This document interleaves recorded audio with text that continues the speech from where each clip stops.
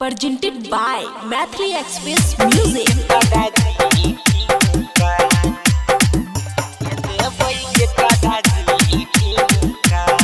खुशी recording studio बलुआहा।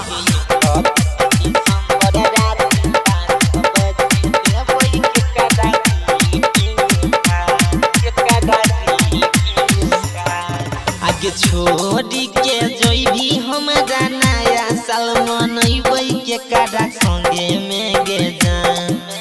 छोड़ी के जोई भी हमारा नया साल मनइबै के कारा संगे में गे जान।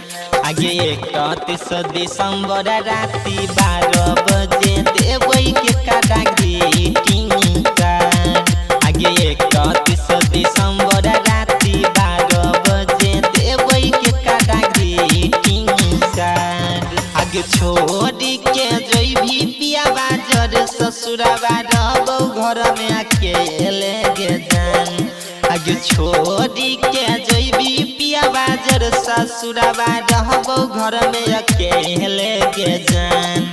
आगे 31 दिसंबर राति 12 बजे देबै के कारा ग्रीटिंग कार्ड।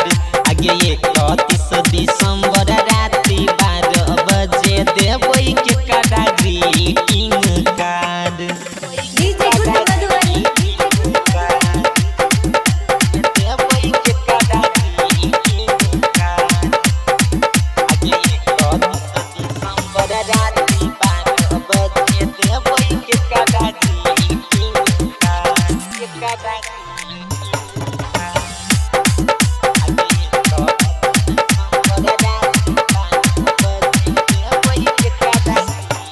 आगे तू ही रहली पहिला प्यार हमार गे।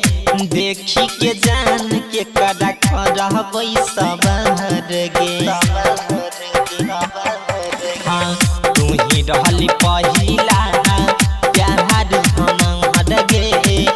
देखी के जान के कदा रहबै सबहर गे। एते दिना प्यार करै हलियौ छोड़ के जइभी नया साल में जान। आगे एते दिना प्यार करे हलियौ न्यू ईयर में छोड़ा भी गे जान। आगे 31 दिसंबर राति 12 बजे के कारा करबै मिल के प्यार। आगे 31 दिसंबर राति 12 बजे के कारा देबै ग्रीटिंग कार्ड।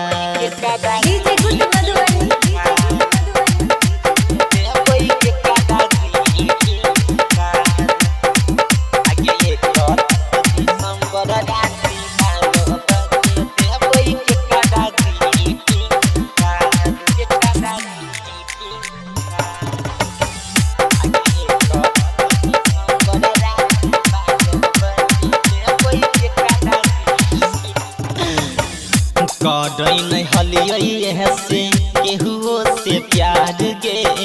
न्यू ईयर में दिल तोड़ के जाइ छी महल गे। करै नहीं हलियै से केहुओ से प्यार गे। नया साल में दिल हमर तोड़ के जाइ छी महल गे। वंश राजा चंदन ले हल मारुति नायकी से समान। आगे चंदन शिवा सुंदर ले हल मारुति नायकी से समान।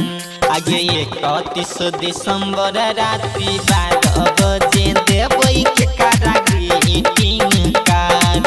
आगे 31 दिसंबर राति 12 बजे के कारा करबै मिल के प्यार। खुशी रिकॉर्डिंग स्टूडियो।